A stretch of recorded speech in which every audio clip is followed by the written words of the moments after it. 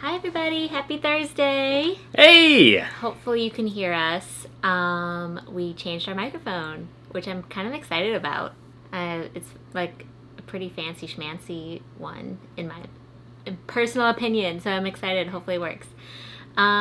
I don't know if anybody's on yet. It looks like there's a few people on, but I'm not seeing anything happening in the chat. I think Bonnie's on. Hello. Hey Bonnie, how's it going? Galvan Gals. And Gals, it was so fun meeting you in person yesterday. That was awesome. It was fun to get coffee with you.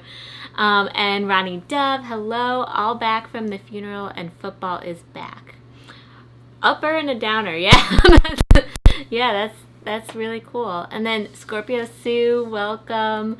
Hey Mary Ellen and Ryan Donahue and Karen Mack. Hello to everybody. Thank you guys for joining.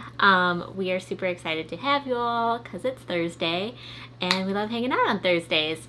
And hey Lori Sims, yes, we are getting ready for our trip. I wouldn't say we're ready yet, but we'll give you guys some updates. That's kind of the major topic of the evening. We thought we'd talk about a couple things related to that and answer some travel questions. Hey Klaus, welcome! And so yeah, Klaus, we're going to be closer to you coming up very soon. We are going to the UK on Monday. Coming up quick. Only a few days away. And we're going to be there for 2.5 months. So we finally booked our return ticket. We're going to be coming home, assuming all stays the same, on December 7th. And so yeah, it's going to be a really, really good trip. But in the meantime, Derek's going to pour us some wine. A little bit of truth juice. Thomas, welcome to you. And he says he sent me some information on Facebook Messenger from London City Airport about paperwork that has to be filled out prior to arrival. Yep. Thank you for that. I haven't looked at that yet. Sorry, guys. I know I'm like kind of not the best at Facebook Messenger. I only check it a few times a week. So I will definitely check that after this live stream tonight. But yeah, we have to fill out some advanced paperwork before entry within 48 hours of departing. So I tried filling it out like a week ago because I'm very type A like that. And they're like, no, you're way too early. So I have a calendar reminder on Saturday morning for us to do that. It might not even be, because I don't know if it's 48 hours before landing in the UK or 48 hours before our departure, which would change things. Yeah. So we need to lock that in though.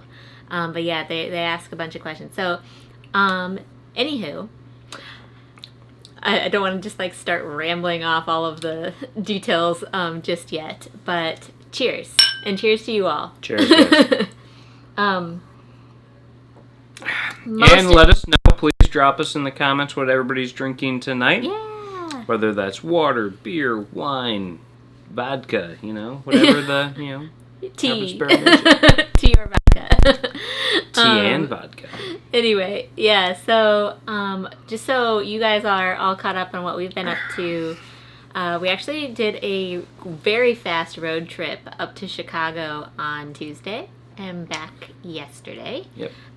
So it was a lot because it's like a 5-hour drive from here. And we just went to like our storage unit and got a few things, traded out a few things for right before our trip. We're still sitting here in southeastern Indiana for now, very close to Cincinnati, and we'll be flying out of Cincy on Monday. Yep, we are going Cincinnati to Dallas to London Heathrow, so that should be fun. Yes. And we specifically chose Dallas. There were only a couple choices. Of course, as many of you know who are American, we can only fly in through certain ports of call. Or is that what that's called? I know that's certain airports. Like, that sounds way too fancy. But yeah, so they're only processing international arrivals right now from certain airports. But it sounds like there's going to be a few changes coming up this fall. So I saw, I know Thomas posted this on social media, and I saw it a few other places too, that the U.S. is going to stop screening people for COVID upon entry, which is interesting. And I think there's going to be a lot of changes that we start to see as travel just changes from where it was several months ago. Port of entry. Thank you, Ryan. Ports of call. I don't know what that is. That's like a cruise ship term. Yeah, I think you're right. Port of call? I think you're right. Which is funny because I've never been on like a cruise. Like a sailor. Sailing from port to port. Yeah, we're definitely not sailing. We're flying from land to land. Yeah. Yeah, I hope so. Knock on wood. Yeah. All right. Hey, David. He says hi from smoky Seattle. Yeah. I'm so sorry. My heart goes Hopefully out to everybody in the all right. West Coast right now of the U.S., California, Oregon, and Washington. You guys are dealing with some major fires. And that's just, I mean, it's awful. Yeah. And it's just from a day-to-day, like, life. You're breathing in the smoke and stuff, too. So it's... Hopefully everything clears up soon. Mary Ellen Dillon is saying that she wishes she could sail. Yeah.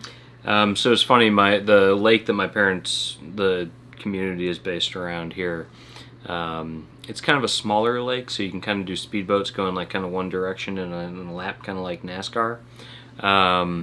But they do actually have a couple of sailboats that sail around the lake, and those are actually pretty fun to see. You look at them, you're like, oh, they look so fancy. Yeah. It's a little different than the pontoon boat crowd. It was so cute to see it. I loved it. I wish I knew how to sail too. So a few people are telling us what they're drinking, which is really fun. I'm very jealous of Bonnie. She's drinking a Chenin Blanc from the Loire Valley, which we ended up having a Vouvray, which is also from the Loire Valley. And I believe similar grape, if not, it might also be a Chenin Blanc. Sorry, I don't know the exact answer to that. Yeah, the other day when we were in Chicago, but that's what we had that Tuesday night. Yeah, it's with very tasty. some sushi. Very tasty. And yeah, so cheers to you on the white wine front. Yes. And then Nick says, yeah, a little bit of wine. Pour, Derek, pour. Love that. And welcome, Nick D. Sorry, I think we missed you just a bit ago. Yep. Hey, Nick. I don't know if Megan's there too. So we are. Oh, Megan is there. Sorry, I just saw her down down the way. Hey. Hi, Megan. Megan. Katie Smith doing a mango smoothie. Klaus is in a little bit of a different time zone and is on some coffee. Very nice. Yeah. Thomas Rise with his Gatorade. I like it. Although you kind of drink coffee throughout the day too, sometimes. Yeah, I drink coffee whenever. Yeah. She just actually, before we did this, poured out my last cup of coffee. I was like, you're done. Yeah. She cut me We're off. switching to wine. Yeah. Time for the downer. I've had my upper. Time for my downer. Wow. Yeah, and Gatorade. Gatorade's pretty good. Approve of that. Mango smoothie sounds delicious. Lori Sims is Derek having a made me Bud smoothie Light. this morning. That's fun. Ooh, a Bud Light. Cheers to you. Bud Light with dinner. Yeah. Very nice. And We're going to Nick, be able to, I don't drink beer, but you're going to be able to drink beer soon. Yeah, I can't wait. It's gonna be great. We're almost done with our crazy diet. I need to go. Actually, I can't really do it until after quarantine, so that's what I'm going to do. The first beer I have to have in the UK is always like those old school, like cask ale that they have to pull it out, and it's kind of like room temperature, flat-ish. Yeah, we're definitely not It's getting that in yummy. quarantine. It's yummy. I want to see them have to really yank it back. And That's we're the not good getting stuff. that on the airplane either. No. I might have a beer on the airplane, actually. But it won't be But it won't be in the yanked. UK. My first beer in the UK. Yeah. I'm still salty, guys. We went to...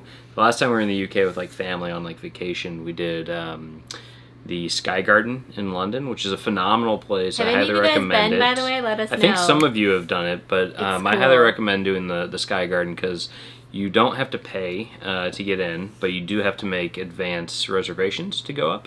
And it has a really cool view overlooking the Thames and everything. You can look down on the Tower of London and the battleship that they have out there and all that good stuff, which is really cool. Yeah. Now my pet peeve is that you'd think such an iconic type place in Britain would have British beer and drinks, and instead they only had Heineken and Pirelli. And Derek was like, Or no. Peroni, sorry. Yeah, Peroni. Not good. Pirelli is the Italian tire company. A little bit different. That would be a really You can bad get thing to Heinekens and tires. That's all they got. You have to carry it down the elevator I always yourself. brain fart those too. Yeah, I always get that. But I was so upset. I'm like, wait, where's like the cask ale? Where's like at least like a British bottled beer? That would have been nice. Well, we're gonna be there a while, so you'll find something. I'll get it. And then hey to Nick P. He got back from his trip. It was so fun following him around the country vicariously. So he said, "Hi, it's such a great day meeting a woman who I haven't seen in 10 years for a German beer and spaghetti ice soon, and she's the one I sent the 15 postcards to on my trip. Fingers crossed, so excited. Very cool. Have fun. Yeah, awesome. And I know if nothing Darian else, was you're on, getting German beer and spaghetti ice. I'm sure if Darian was on, he'd be super, super excited. Yeah. Wait, is he on? I don't know. Well, we're a little bit behind. Hey, Troy, welcome to you. Okay, I think we've actually caught up a little bit. And Megan's saying Dallas is currently the busiest airport in the U.S. Y'all be fine, though. Everyone is masking up. That's really good news. Yeah. Several of our friends flew over the Labor Day weekend to different spots around the country, and they were saying, like, people are very good about wearing masks while on the plane and stuff like that for the most part. So, yeah, we're looking forward to it. We have a couple different mask options. I was able to order some new N95 masks on Amazon this week that have like, so the ones that we had from the beginning of all of this, the elastic goes all the way around your head because it's like all of the ones that we had bought when we were painting rooms in our house. But now they have the ones that go behind your ears that are also N95. So I picked up those bad boys off of the interwebs, and we're going to be taking several of those, and then several of the masks that we had from China that have like the little filter. So we are going to be good, hopefully, on the mask front throughout the trip. Yeah, should be good. Oh, we also bought these like silicone things. So there's this whole new, like there's this whole new like industry that's like popped up around masks, and it's like mask accessories. And one of the items is like the silicone bracket that you put in over your mouth that's supposed to make like breathing and talking easier. And also, I guess, good for if you wear lipstick as like, I guess, a lady or a dude who wears lipstick and doesn't want to get it on your mask. So that's nice. I mean, no matter what, you're still going to get foundation on your mask if you're wearing foundation. But I guess it saves your lipstick. Yeah. So that's I'm excited about it because I think it's more about the breathing. Yeah, I have worn it, and it's a little awkward to like get it in there and stuff. But if you're going to be wearing it for a long period of time, like on an airplane, where you just put it on once and then it's on for like hours and hours and hours, it kind of makes sense. And if it makes it breathing easier, and especially sleeping, like if we're trying to sleep on the plane, and it makes it any easier, I'm all for it. So that's my 2 cents. We'll see. We're getting super excited. I see Karen Mack is saying that our camera's kind of going in and out of focus a little bit. Let us know if anybody else is having that, because it's just the camera on my MacBook, so I don't really know how to adjust. So it might be like a YouTube thing. We'll see. Hopefully. I don't know. Yeah. So, but I think we're okay though. I hope so. Yeah. So we are, we've started to pack. I created an entire list in Evernote of like all of the things that I want to bring. And then we're going to start gathering everything tomorrow. We've kind of started a little bit of the gathering process. And then make sure that everything fits. But normally, as several of you know who have watched my channel before COVID, we often travel with just carry-ons, but we are going to travel with checked baggage on this trip. It's just too long of a trip and too much like cold, inclement weather scenarios to really like be able to, I guess, like pack and just a carry-on. We just need a few. Threw it out there at the beginning. I'm like, can we do it? I know. Like, and she's like, no. Yeah. Crazy person. So we are checking baggage, which is fine because I think we're able to get one checked bag per person. Yeah, with included. our tickets and stuff. So what we're gonna do is we're gonna check all of our clothes and all that good stuff, our big toiletries, because we're gonna be there a long time. So taking like travel size doesn't make a whole lot of sense, but it does make a lot of sense to take big stuff. And because we're packing our not just our carry-ons, we can actually do that. So we'll each have a big checked luggage, and then we'll be driving a lot there, so we won't be taking trains, which makes it even easier. So we're going to be doing that, and our carry-ons are basically going to be devoted to, first and foremost, anything tech-related. Mm-hmm. And we're actually going to pack our stuff into carry-ons that are, like, definitely can make it on the plane, like, not going to get, like, gate-checked or anything like that. So we're actually going with our smaller carry-ons to make sure that they make it on the plane. Yeah. And that's where all of our tech and things that, like, we would just be devastated if they went missing because of the financial impact. That's kind of what we're doing that way. Yeah. So, it's going to be a new style of travel for us. We're going to have a lot more than we're used to lugging around. But I think the nature of this trip kind of not only warrants it, but like we have a little bit more feasibility of that because we're not going to be getting on and off like a bunch of trains and everything. Like we're going to be renting a car. We're going to be doing Airbnbs. It's going to be a little bit less movement than a typical European vacation for us. So, it's I think it just makes a lot of sense. What I am still struggling with, and like every woman struggles with this, is which shoes to bring, because I need like something waterproof, and Derek wants to do a lot of hiking, and I'm like, do I bring my hiking shoes? Yeah. So we're still in that that like finalizing everything phase. But Scorpio Sue wants me to make a video on packing, and I would love to do that, and I'm going to probably do that once we get there. So that way I'm not lying to you guys. If I change something out last minute, I don't want to be like, oh, just kidding, I brought this. I want you guys to know exactly what we brought. Although what's all that? On Sunday, if we have time, we could maybe do the packing video on how you packed, because then you can do it from here, and then you have all the video to edit on the plane. Yeah, maybe. So we're trying to figure out how we're going to do the whole, like, 14 days of quarantine being, like, 14 videos that we drop each day of quarantine when we get there. And we're trying to figure out, okay, what's that first video? So we haven't told them about this yet. Really. No, I keep saying it every time. I guess so.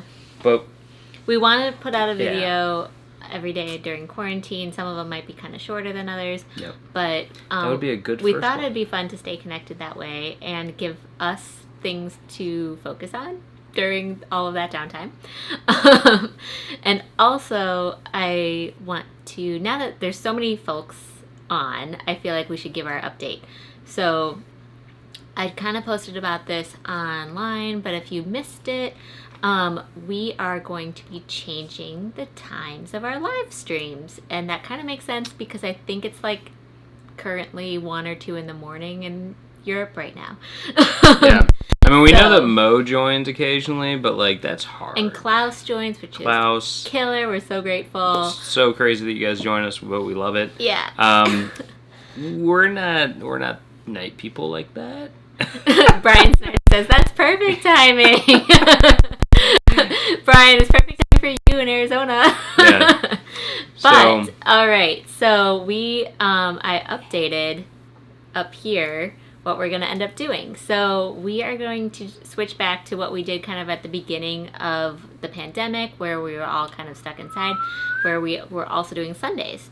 So instead of Thursdays, which we are actually handing over this time to Gallivanting Gals, which hopefully we can tune in occasionally from the middle of the night, but they're going to be taken over our slot, and they're super fun to watch, so hopefully we can all join there. And then Derek and I are going to be streaming on Sunday mornings at 11 a.m. Eastern Time and 10 a.m. Central, 8 a.m. Pacific. So Arizona, you get to choose which time zone you're in depending on time of year. So Brian, you'll have to figure that one out. I don't know the answer. I Google it. What time is it in Tucson? Yeah. I don't know. Right now it'd be Pacific time, but in November I believe they go to Mountain time. Yeah. So that's kind of what we're up to. That's what we're going to change it to. So that'll be like our piece of content on that Sunday. Yeah. 2 Sundays So, of quarantine? Gallivanting Gals, since you guys are on, let us know if you're going to start next Thursday at the same time, because we are starting, we're not going to be doing this Sunday. We're going to start our Sunday live streams on September 19th. Yes. So, a week from Sunday. Yep. So it'll be a little over a week from now is when we'll do our next live stream. Yeah. But that's also because, I mean, Sunday's going to be a lot for us, so we've got a lot to finish. Yeah. So yeah, no, we're looking forward to that. That'll be fun. Yeah. That'll be a good time. So, we're excited. Hopefully you guys are excited. Hopefully that timing kind of works for everybody. We would love to have you on. We're probably going to be drinking coffee instead of tea most of those times. And the first one's probably going to be instant coffee. I'm not going to lie to you guys, because I don't think our Airbnb has a coffee maker. And we're a little upset about it. I think they'll be drinking coffee we might be drinking drinks. Oh, that's right, because we're going to be... You're right. Oh, man. I was not doing that math correctly, despite all of the convo before We will still be doing wine. So it's going to be 4 p.m. in the UK. Yes. And it might be that moment in 5 time. o'clock in continental Europe, though, so we can start drinking. Yeah. Interesting. And so, as many of you heard last week, we did buy a lot of quarantine wine for our 14 days. Quarantine wine, that's what we're calling it. Yes. It was so funny, because I came up and I'm like looking at the card, I'm like, oh my god, you got like over 20 bottles of wine here. And she's like, no, I didn't. She starts like counting it. I had like 24. She had like 24 or 25. And I was like, that's a lot of wine. She's like, it's like 1 or 2 a day. So I took several out of the cart, but kept many because we're going to drink them. We're like we have our Airbnb for a month. Yeah. And for a lot of that time, we're going to be doing nothing except for talking to you guys and making videos for you guys. Yep. So yeah, there might be wine there. Yeah. So but getting back to some stuff. So it's always 5 o'clock somewhere. Exactly, Nick. Jimmy Buffett, man. So we're we're kind of in those final stages. It's getting down to crunch time for packing and just making sure we have everything kind of like set for when we leave, so we don't have to scramble when we get there, or hopefully do a bunch of like long distance crazy calls. And I think tomorrow is going to be our tech day of like really making sure all of our tech is in order. I've been doing a lot of like backing up of photos from phones and things like that to make sure that we have space, and I'm not trying to do it from the Wi-Fi once we get there, because I just don't know what it's going to be like. Oh my gosh, you guys, Derek always does his backups like the night before we fly. And so I started reminding him a week in advance of leaving. I'm like, all right, Derek, so we're going to be going abroad. We are? Can you start backing up your photos now, so that way it's not the final thing we do in America? I told you guys. Well, so the reason why it's always like a last second thing is I don't think about it, and then I realize I have these like SD cards just full of pictures that are like 128 gigs, and like they're totally full. And to like move on 128 gig from my like SD card on my camera over to like an external hard drive takes time. It's not like instant and you're done. So I'm always like freaking out and doing it at the last second. But this time I'm actually taking our like external hard drives with us so we can actually edit things while we're abroad. And so it's not as pressing, because I do have 2 weeks of quarantine to like get everything kind of cleared up, which is nice. Drinking during quarantine sounds like a Jimmy Buffett song. I love that, Brian. That's so funny. It sure does, doesn't it? Maybe we can get James, if you will, to perform. Dr. James Buffet. Dr. James Buffet. He actually has a doctorate. So, Derek and I were listening to this one podcast on our way to Chicago that we listen to a lot, called My Brother, and Me. And they had an episode where they interviewed Jimmy Buffett for real. Because they do fake interviews too on that show. It's kind of a comedy podcast, but this one was a real one. Yeah. And they were like, we heard you just got your doctorate. And then, like, later on, they find out that Jimmy Buffett is actually basically fluent in French. And they're like, oh, so now you're Dr. James Buffet. And I actually got him to sing one of his songs, like, translated over into French. And, that's we were, like, fun. dying. It was so funny. But yeah, so we're going through all the tech stuff, and we're going to make sure that we can actually fit everything, because we have a lot of things. We have a lot of cameras. We have as we talked about at the beginning, Eliz did just buy a new mic that hopefully sounds okay. Yeah. I know somebody had mentioned that maybe it's they hear a little something here or there, but hopefully it sounds okay for most people. So we got that so that especially because it's going to be windy when we're there and we're filming outside. We plan to do a lot of outside filming when we're in like Wales, Scotland, Northern Ireland, etc. So we wanted something that would be good for outdoor sound. And so Liz got do you want to tell them what kind it is? I got the Rode VideoMic Pro Plus. Yeah. And then I also bought an accessory for it that's kind of like a windbreaker thing, and it looks like a big giant fluffy sweater sort of thing for the microphone. So hopefully it helps us with outdoor filming. Yeah, because that's always something that I never can use footage from outside. I feel because it's always just so windy. So yeah. I'm not going to jinx it. I feel like I'm jinxing myself, and now it's going to be bad. Especially places like Isle of Skye, where it's like crazy windy all the time, or at least most of the time. So, we're excited to do that and hopefully get some good videos. Thank you so much, Lori, for saying that, and I really, really appreciate the support. Yes, if anybody's watching right now and you're having a great time, you love hearing us talk about our UK trip and talk about travel and answer questions, please give us a thumbs up on this video, so that way YouTube knows that this is a fun place to hang out. And if you haven't already, although many of you have, and thank you for that, but if you haven't already, definitely subscribe to this channel, because it's a great way to just support free travel content on YouTube. Yeah, and Musings at Midlife is saying it's wasting again in Quarantinaville. I love that! That's so good. We should probably have that as like the again in Quarantinaville. We should have that as like the name of our live streams while we're there. Checking in from Quarantinaville. Oh my god. Where it's 5 o'clock somewhere. That is so good. Laura, that's amazing. It's so good. Gotta go in and trademark that one. Yeah, we can't. Nobody can top that. Go get that website domain name. It will be so good.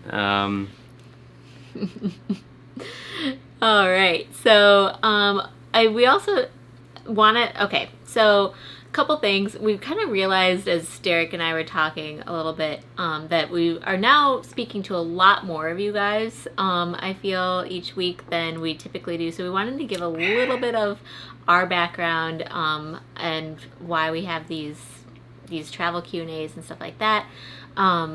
So before quarantine, both Derek and I, between the two of us, we were actually traveling on an airplane at least once a week. Derek was actually often on an airplane multiple times a week. My best friend is a flight attendant for a American based multinational airline. And so we were at least very, very much in that travel world. And traveled frequently. I was able to fly standby. Some of you might have seen my vlog about flying standby from January when I went to London. And so it's one of those things where we were like, oh, well, we should probably just reintroduce ourselves to anybody who's a little bit newer. So Derek would fly for work a lot, and that would be whether it's a really quick puddle jump from Chicago to Detroit or something like that, or he would fly around the world. He actually flew around the world on American Airlines alone three and a half times last year. Yeah. 3.5 times in 2019. And I'm about to start counting my my travels around the world from 2019 as well, because 2020 is going to be totally skewed. But it's harder for me to track it because I fly standby. So that's just wanting to kind of give you guys some background that we have a lot of experience traveling, despite the fact that we haven't done it very much. And so Recently. yeah, oh yeah, we haven't done it very much since we started live streaming. Yeah, so we've done it a lot, actually. Yeah, so we've done quite a bit, and like even though it feels like we haven't done a lot this year because over the last call it almost 6 months, there hasn't been much. We've still traveled a decent amount. I mean, we went to Vegas and out into Utah and stuff in January. Where we were in Amsterdam in March, and then we ended up in I was in New York a few times, and in between those times, and then we are heading to Europe again now. So I mean, 2020 is slower than usual, but comparatively, we've traveled quite a bit this year still. So it's all good, and we've done some traveling via road trips and stuff. So so we love answering questions. A lot of our focus in travel has been westward. We've done a ton in California because Derek's brother used to live there, and Derek's had a lot of meetings there, and I have family there as well. We have done a ton in Arizona, Utah, Nevada. Sorry, real quick. Brian, I love it. I'm loving these lyrics. Can we try to get a full song out of this live stream? That would be phenomenal. Wasting away in Quarantinaville, searching for my lost Apple TV remote. Some people say that there is more than COVID to blame, but I know, it's my own drunk fault. Dun, dun, dun, dun. Okay, I'm so Cheers, happy. Brian. I haven't drank enough for this karaoke. We're losing viewers by the moment. Oh my God, stop. I hope not. But yeah, so we just wanted to reintroduce ourselves to you all. We used to get a lot of questions about how many countries we've been to. So Derek and I have been to a lot of the same ones, but then certain ones separately as well. So it's a little bit hard to give a straight up number that corresponds to both of us. But we've been to many. And you have been to every continent except Australia at this point, right? And Antarctica. Oh, and Antarctica, of course. We have not been in Antarctica. Yeah. Yeah, but I've been to Asia, Europe, North America, South America, and Africa. Yeah. So, we're here to help. The purpose of this channel really is to make sure that we are using our travel experience to help others travel easier and more meaningfully. Brian Snyder said that he's going to come back with a full parody. One of his hidden talents is actually parody songwriting. Please, Brian, that would be fantastic. And hey, Darian, welcome. If you send it and we get me drunk enough, we'll record it. Why not? That could be one of our 14 days of quarantine. I don't think you're allowed to. I think YouTube would no algorithm that YouTube has is going to take my singing and actually approximate it to being the actual song. It's okay, guys. They won't find it. We'll take it to IGTV if we get in trouble. We've got 24 bottles of wine. By bottle 4, I might be ready to sing. We'll see. You've got a wonderful singing voice. Darian, Didn't you have a welcome. solo in 3rd grade? No. My voice was like... Oh, love you. You didn't know me in 3rd grade. Deal, he says. Brian's going to help you out. But yeah, no, so we've traveled a lot. We've seen a lot of things. But Weird Brian Snyder. That's a Weird Al Yankovic so reference that I totally understood and want to make sure everybody else does. I love Weird Al Yankovic, so good. Parody writer. But yeah, so we're really here to hopefully help some people and share with you guys our experiences, our tips, our tricks, our thoughts, and if people want to follow along vicariously with us as we travel around the UK coming up, that'd be awesome too. Indeedy do. So do you want to say, so there's a few ways that we have been preparing for this trip other than me making this insane packing list that only crazy people make. Do you want to say what you did today? And I'm going to do tomorrow? Vega Bonnie has come up with another song called 24 Bottles of Wine on the Wall, 24 Bottles of Wine. Yep. Oh, man. That's going to happen day one. Hardcore. So today I went and I got a flu shot. Yes. So that's my big thing. Right there. So, yeah, I went and I got a flu shot because, I don't know, it's recommended right now, I think. Yeah. Pretty broadly. But and all around this area, you can get them done for free with most insurance. Yeah, CVS, Walgreens, whatever. Yeah, we have a kooky fan base, and I love it. I'm here for it. So Derek got a flu shot. I'm gonna get one tomorrow at Walgreens. Yep. He actually went to a real doctor's office. Yep. And we'll see what happens. Yeah, and Eric B, by the way, welcome. I don't think we said hi to you before. Hi, Eric. And Darian, thank you very much for joining. We're very happy to have you guys here. Yay. And Troy Stansel, I don't know if we said hi to you before, but I saw you join. It's really fun to have Troy on as well. Yep. The Lexington, Kentucky contingent is strong. Yeah. But yeah, no, so actually, Lori is asking what city are we going to actually spend our quarantine in? We are spending it in Portsmouth, in the south. So not in London proper, but down in the south. And it seems like nobody that we know has ever been there. Which is comical. Well, not quite true. I think some people here might have been No, there. Nobody said. I asked last week at least, and nobody said that they'd been to Portsmouth. If that was not true, if I had some sort of mind blank, and I thought maybe Thomas Reiser and Nick Thomas P would might be have a been good. there. No, Nick had only been to Plymouth. Yeah, he's been to Plymouth. I definitely remember that. Thomas said, okay, wait, Thomas is saying about the flu shot. He said October.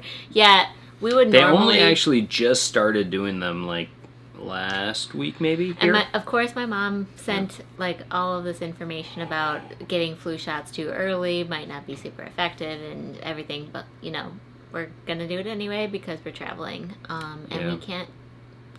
I don't know how easy it is to get it in the UK, so we're just gonna do it.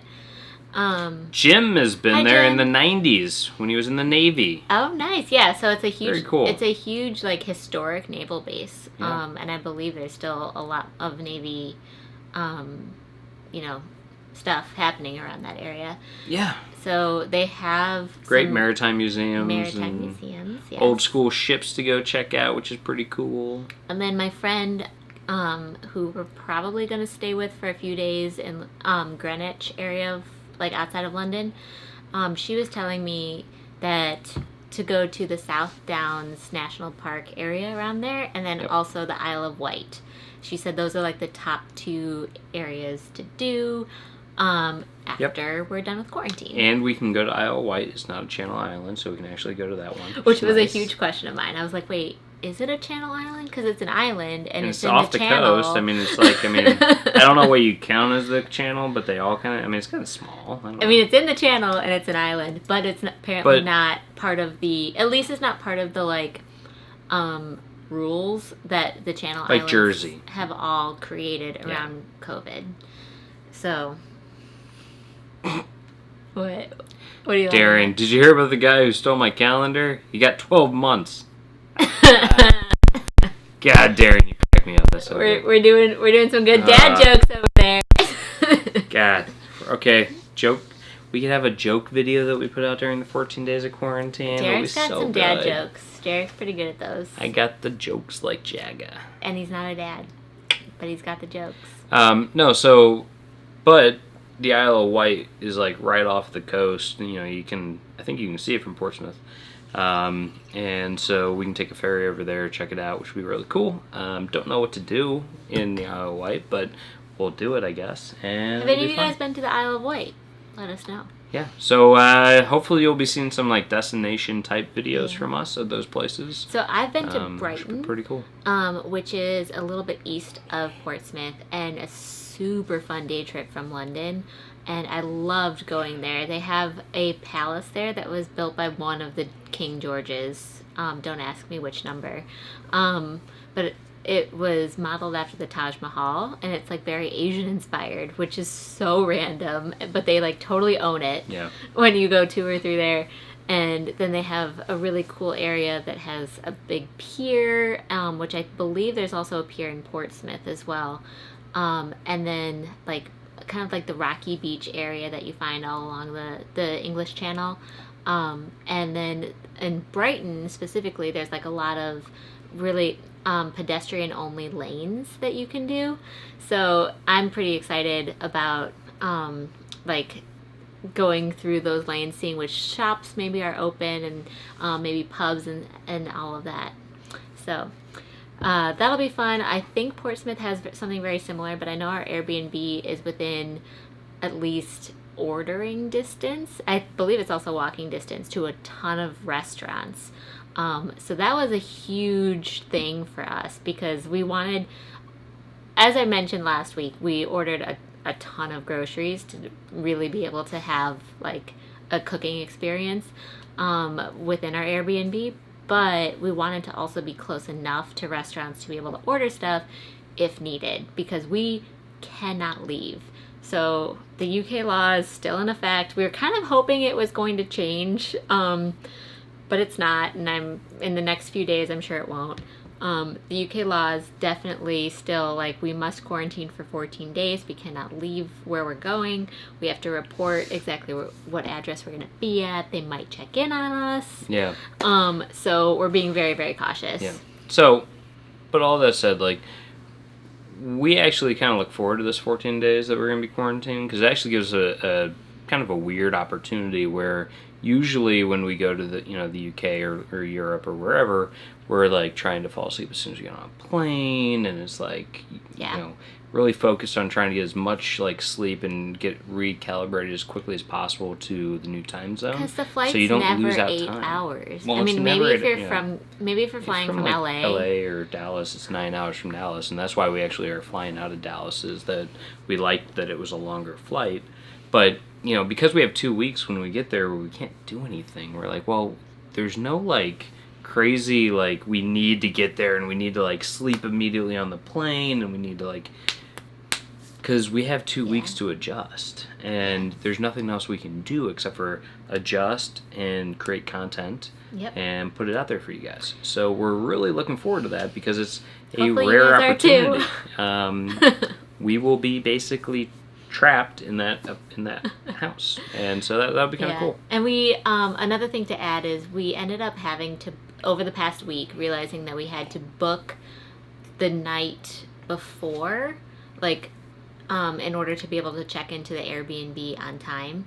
So we added an extra night, the extra money to that, which was unfortunate in terms of the budget, but it's the peace of mind of our flight lands at 8 a.m.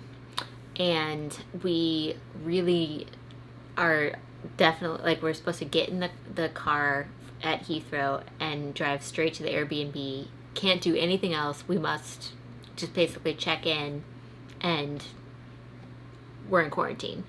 So because it lands so early in the morning, and that's like one of the latest flights that we could take from the US, there was not really any options to land later in the morning. We ended up having to just book the extra night because otherwise checking in at like 2 p.m. or 3 p.m. wasn't really going to be feasible. We would have had a lot of downtime. And this is actually a really common thing for people with young kids or people who are traveling for business is that you actually will book a lot of times a hotel for the night before, so that when you get in immediately, if you have kids, they can take a nap. You've done that a lot for I've done that for I have business. not ever done this. Well, no, but it, again, for a family with young kids, and they need a place for them to like sleep and not throw a tantrum or whatever, that they will do that a lot of times, especially because a lot of these European red eyes, you get in at like 6 a.m. or something, and they're not going to go out and do things at 6 a.m. So they want a place to crash, take a shower, take a nap, whatever. And the same thing with business travelers. A lot of times we'll do that so that we can immediately go to the room, maybe sleep on a bed for 2 hours before showering, and then go into our meetings for the day. That's a pretty common thing to do. Now, I'm not that way because my boss will be sleeping or whatever, and I'll actually go and I'll instead have purposely booked us in the hotel next to the Louvre because I know we're getting in before sunrise, and so instead I'm out taking photos of the sunrise at the Louvre, and that's pretty cool. But I could have napped. Maybe I should have. I don't know. You should have napped. But yeah, no, it's all good. But I think Megan was asking about whether we have any plans to go to Serbia or Turkey, because those are open to the U.S. right now. We actually are thinking about Turkey as a potential stop for like a weekend type of trip while we're in the UK. And the reason for that is that Turkey is currently open to Americans. Turkey does not have a set quarantine.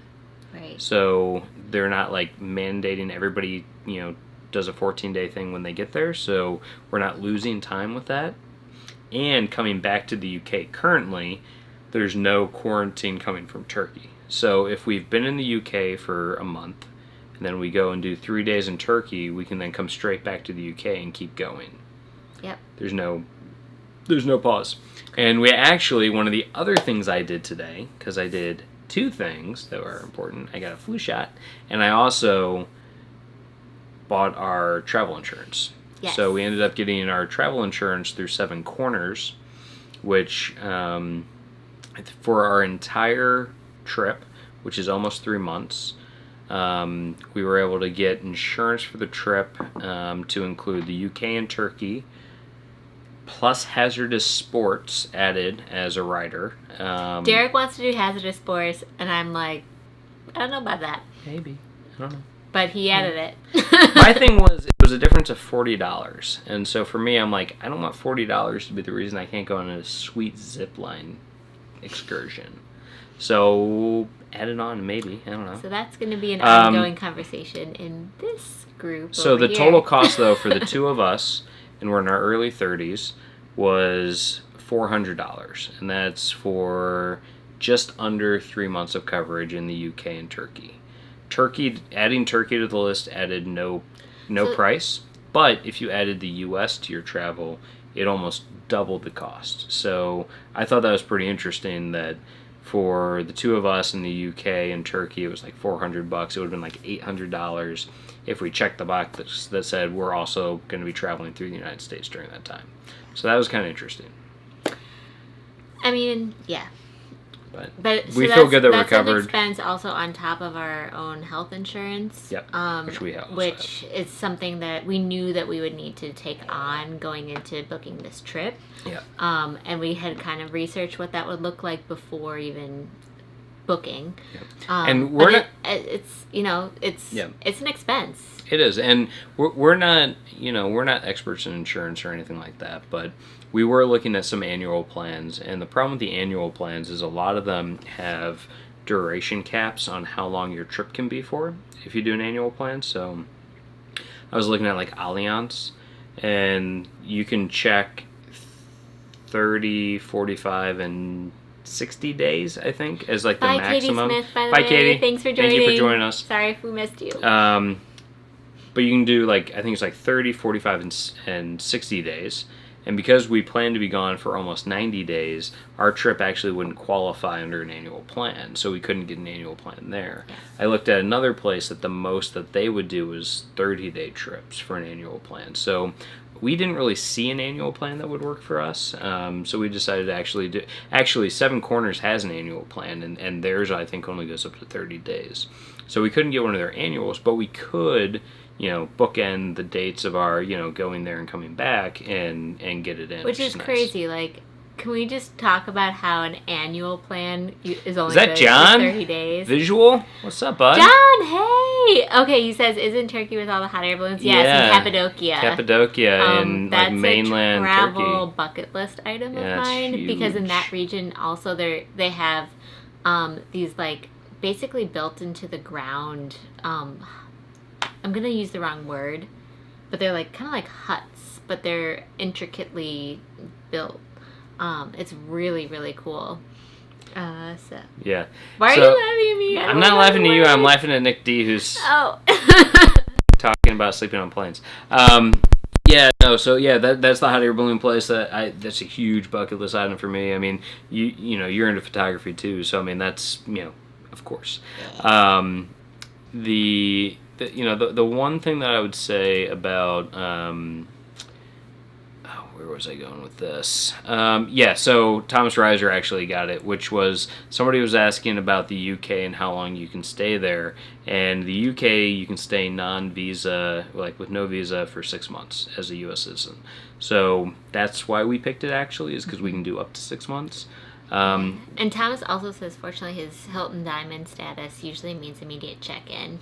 Yeah, that's nice. Yeah, we ideally would have stayed at a hotel, just from a comfort standpoint and everything like that. But we wanted to have a kitchen for that long of a time, and also we just really wanted to have enough space, because like a hotel room, I mean, I guess you could get a suite or whatever, but a hotel room just felt really confined, and we were worried about having the internet be strong enough to do our live streams and everything. So we'll probably end up staying at hotels throughout our entire, like sometime throughout the entire trip. But that first quarantine experience, we wanted an Airbnb. Yeah, and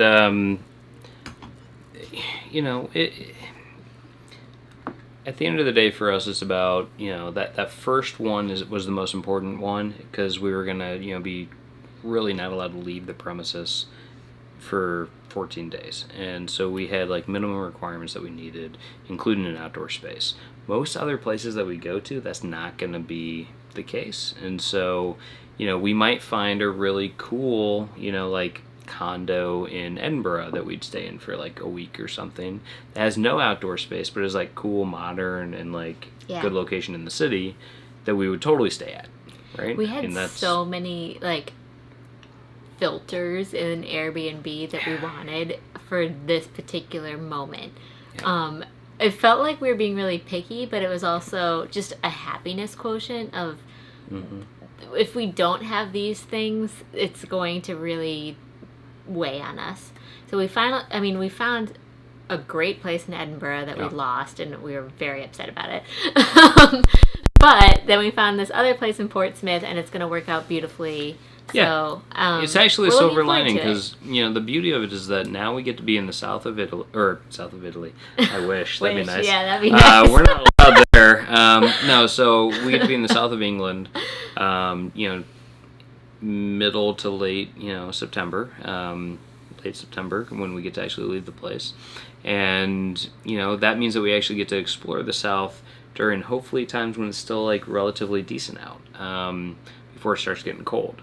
And then, because it's cold anyways up north in Scotland, or at least coldish, then we head up there and it's not that big of a difference. So somebody's asking, do you have what UK cities you may visit? Yes, I was going to read that. That was Sue, yeah. Because that's important. So after we're done with our quarantine in the south, we're going to then drive up and do the Lakes District and the Peaks District.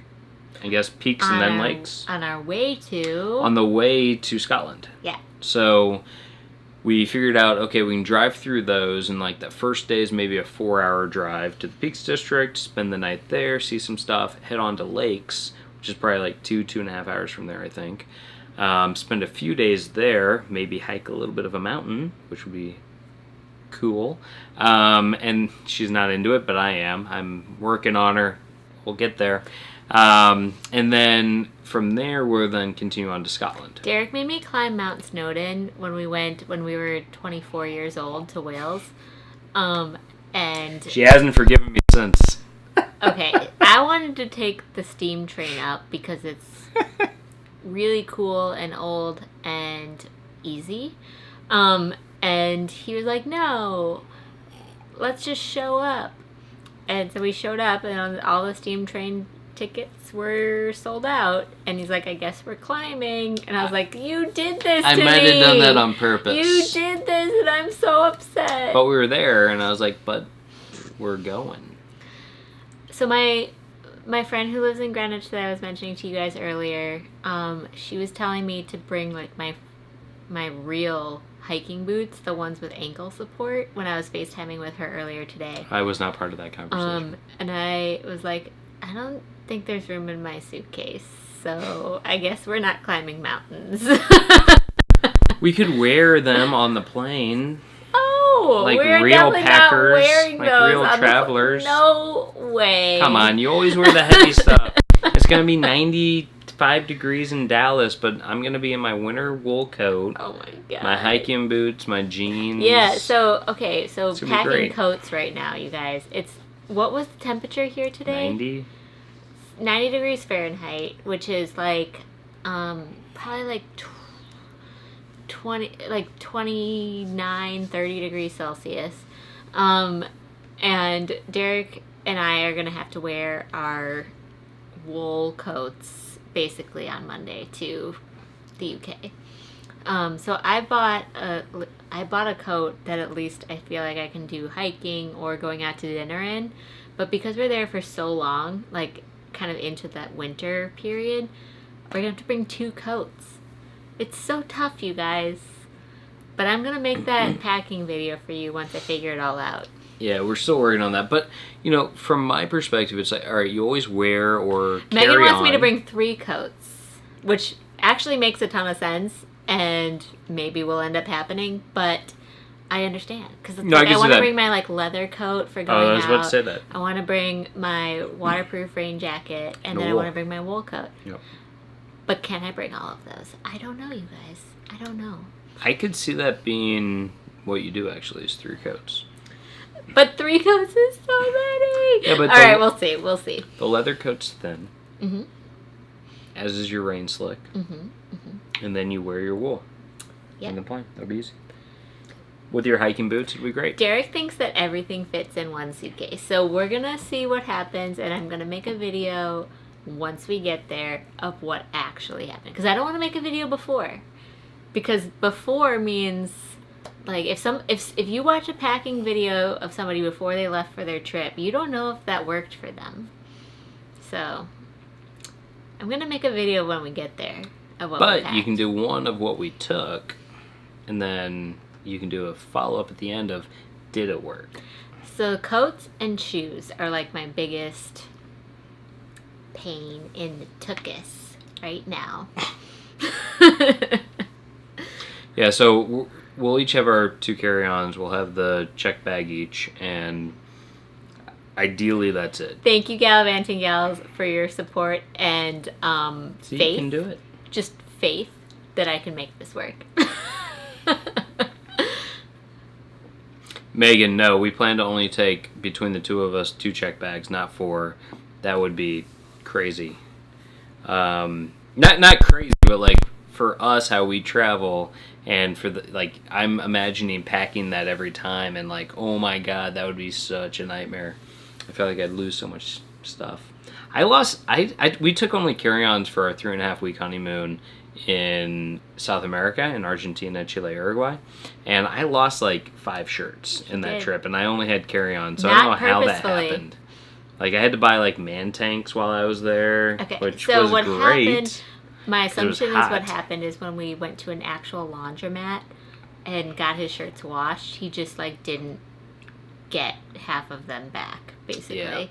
Some dudes walking around in my shirts in And Argentina. I and love whatever, Derek it's being fine. like, this is the difference between me and Derek, because I would have noticed immediately that something was wrong and that half my shirts were missing. And Derek's like, you know, I just realized, and we had already made it like to somewhere else, and he's like, I just realized I'm missing a lot of shirts. And, you know, my suitcase did close really easily, and I just was like, maybe I got better at packing. Yeah, you know, I just thought, I was like, oh man, I'm really good at rolling shirts, you know? Like, maybe I'm just getting better. I'm really good at it. You know? lost like 5 shirts.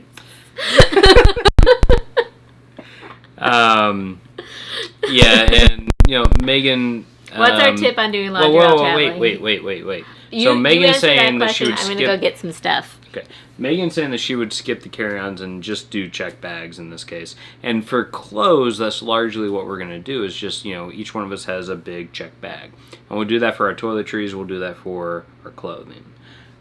Except for maybe we'll have like a change of underwear sort of things in our carry-ons just in case something gets lost, right? In our carry-ons, we have to take carry-ons because we have too many like high-value electronics that we're taking, like my camera, her cameras, like the new microphone, all that kind of stuff that we definitely want on our carry-ons. So that's kind of the plan from that regard. Visual is saying, what's our tip on doing laundry while traveling? And I would say do it often and do it early. So when you check into a new place, that is when you should be doing your laundry in like a sink or in a bathtub. And what I usually do is I will soak everything and kind of like scrub it down a little bit to get like dirt out. Then I'll drain the tub and then I will do it again, this time with like the soap. And you can either bring detergent with you, which we do in these nifty little bottles. This is Woolite. It's just Delicate's detergent, so it's better for hand wash. So you don't want to bring like Tide. Yeah, so we hand wash that. Because that's for machines. So we hand wash that, and we usually bring one of these bottles, but then we also, a lot of times, will bring like a small handful of the Woolite, like single-use little packets, because if that breaks, we don't want to have no Woolite. Yeah. So it's good to have those on hand anyways. But the packets, just so everybody's aware, they don't make a full load. Don't. Yeah, they're like, they are good for 3 pairs of socks. I mean, it's really not a lot. Yeah. So you can't see this. I have a video. I'm walking them through. I have a video on this channel about how to do sink laundry in a hotel. Yeah. You should watch after this live stream because this live stream is the bee's knees. Yeah. That I would say definitely do that. Check out her like sink laundry thing. So we either do it in a tub if we're doing like a bigger load. We'll do them in a tub if we're just Megan, like washing. The laundress is great too. They have good Delicate's washes. Yeah, and if we're just doing like unmentionables or socks or something like that, we'll do that more in like a sink because it's just easier and smaller. It's less messy. But the whole thing is like do it early because you want things to dry. And if you're only in a place for 2 days or 2 nights, you need to let it, things can take 2 days to dry. So as soon as you check in, do it. Just get it. You don't want to, especially if it's late and you're checking in, but do it. So I know this sounds crazy if you're an American. Like other places do a lot of hang drying and stuff, so you just naturally know a little bit about this. But like, we're going to our Airbnb does not have a dryer. Yeah. But it has a washing machine, which is nice. Correct. However, the clothes that I am bringing, I pretty much already know how long it takes for them to dry. It's at least in like Chicago and here in Cincinnati, which is kind of the same climate as London, so I think we'll be okay. It's a little bit wetter there, but it probably is a little bit faster if you're in a place like Arizona where it's a drier air. But generally speaking, I try, for all of the clothes that I take while I travel, I try to figure out in advance how long they take to dry, so that way I can make informed decisions once I get somewhere. Sweaters and jeans are like, they take forever. They take days to dry. So you just kind of need to know how long that will take. So for jeans, for example, it might take 2.5 days. Sweaters, depending on the material, like a cashmere might be a little bit faster than like a really heavy cotton. So anyway, I brought these. I got these on Amazon. I featured these in my hotel laundry. These hangers. Okay, so they fold up and they're really thin. They're like a centimeter thick, and they're plastic. And they fold out and they create these great hangers. You can hang a couple different things on here, and you can hang them in the closet in your hotel room or your Airbnb or whatever. And then I also have this rope. It's like a clothesline type of thing. That's a clothesline, and so you can fold it up, and like Derek's basically unraveling it right now. But it has like these little hooks that you can like hook onto chairs or whatever. But it rolls up like this. It's pretty thin, and you can pack all of these things like in the front pockets of your suitcase that You know, you like don't really use the front pockets of suitcases that much. At least we don't. But because of how it is, it's got these like things, so it'll, like the hangers will actually go in and not slide back and forth on it because it's kind of like kept in place by these. There's little hooks which is on the nice. end of this, if you can find something to hang it on. Now, but I usually tie the ends of these as a knot on Yes. either a balcony or on different chairs within. If it's like really cold outside or something, different chairs in a hotel or an Airbnb. The other thing is you just wrap it around and it can hook on itself, right? So it can create its own like hook. That too.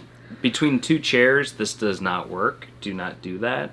But like when we were in London Unless you're a only couple of drawing, years like, ago, like really lightweight things. yeah, super lightweight, like socks and underwear, and that's it. But like a couple of years ago, we were in London, and so what we were able to do then, it was like heat waves, so it was hot.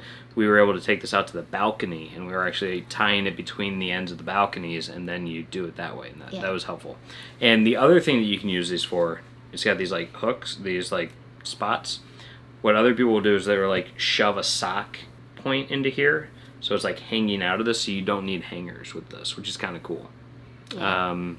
And Gallivanting Gals, it's not an all-in-one. There's definitely not a dryer at our Airbnb, which was the only trade-off that we had to make, unfortunately. But there are several. You'll find all-in-one washer turns into dryer sort of thing in Europe that you're like, I didn't even know these existed. But yes, we've had those before. And then this is the last thing I wanted to show everybody. So it folds up pretty small, and it's very lightweight. It's basically all mesh. It has this little thing. So this unravels to be basically a drying rack that you can hang it inside of a shower, and you hook it on top of, around a shower head. So it's a multi-level. It's like a sweater hanger. I'm only going to bring this if I can fit it. Yeah. But weight-wise, it's totally fine. I just hit myself in the face. That's quality content.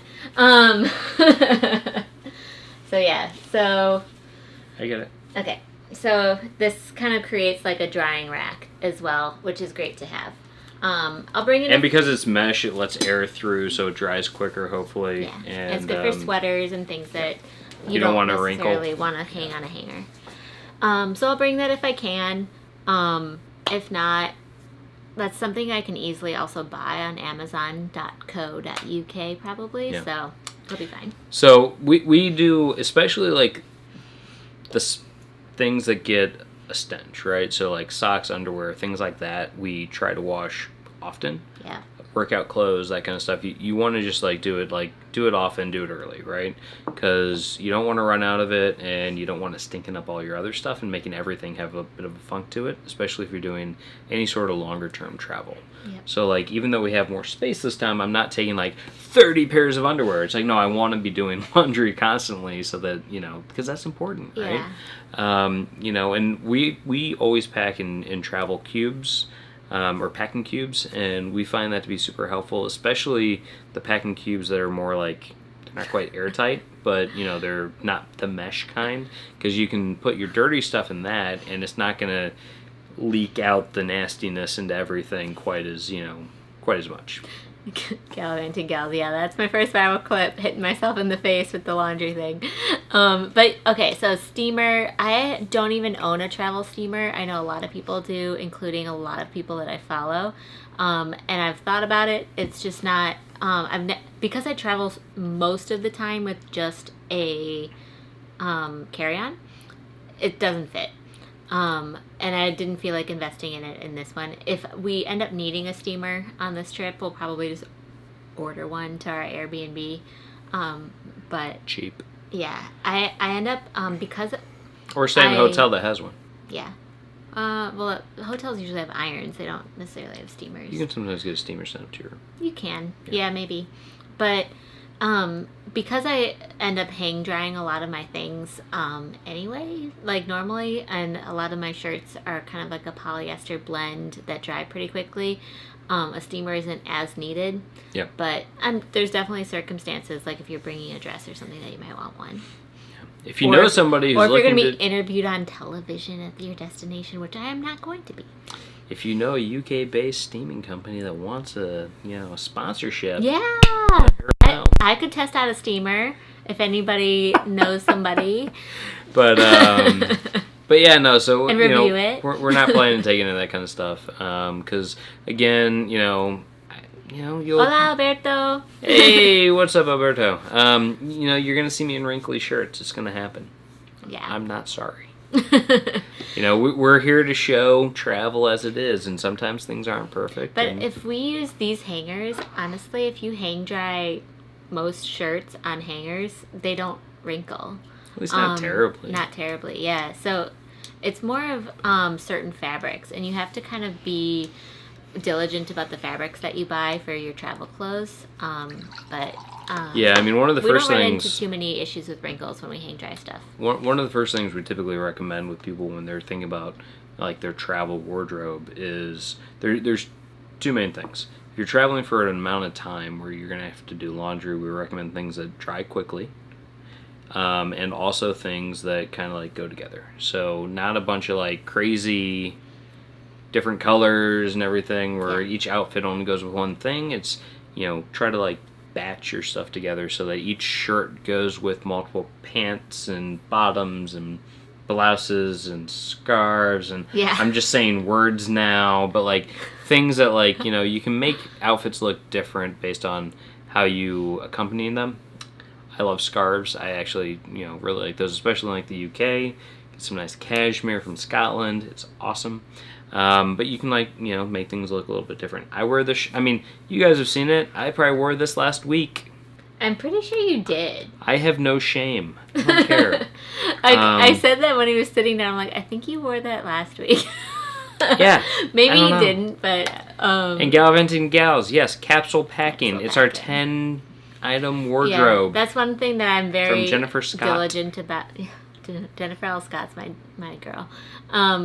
But there's this one thing that I try to do, and that's to kind of pack shoes first and then create outfits around that. So that way everything goes with the shoes that I'm bringing, and making sure that all of my outfits can kind of go together and create multiple outfits.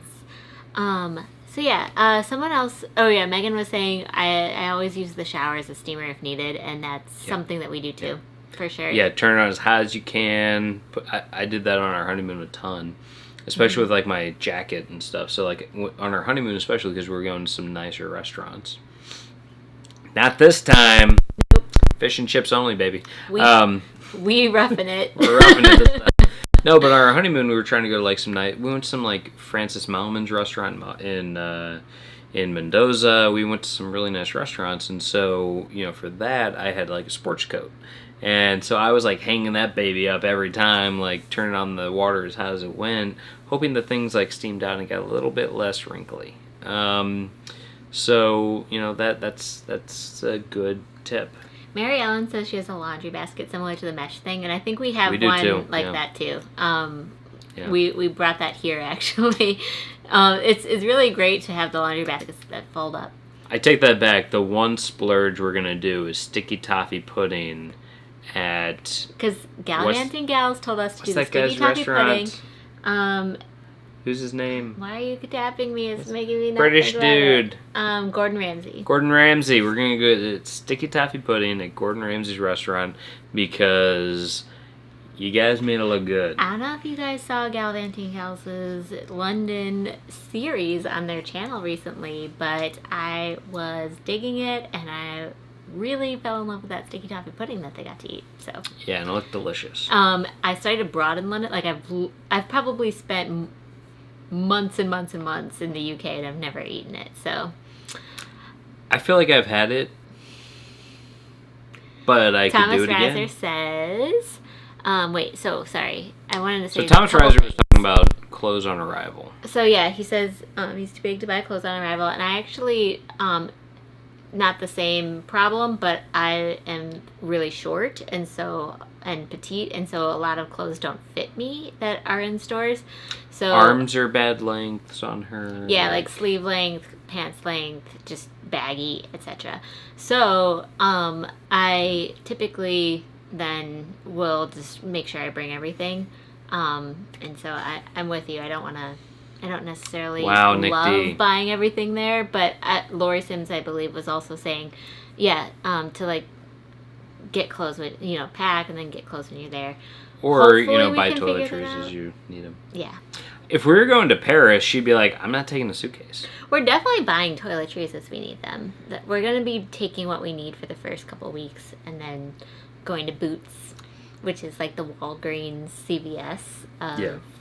Well, I mean, that's one of our really big things is, like, not taking, like toiletries, right? Like, we're not going to bring a bunch of, like, travel size things because those are stupid expensive when you look at, like, cost per ounce or whatever compared to, like, buying, like, a normal size. If anyone's watched this channel, like, I typically buy the Nalgene sizes of, like, 1 ounce or 2 ounce bottles at the Container Store that are incredibly cheap.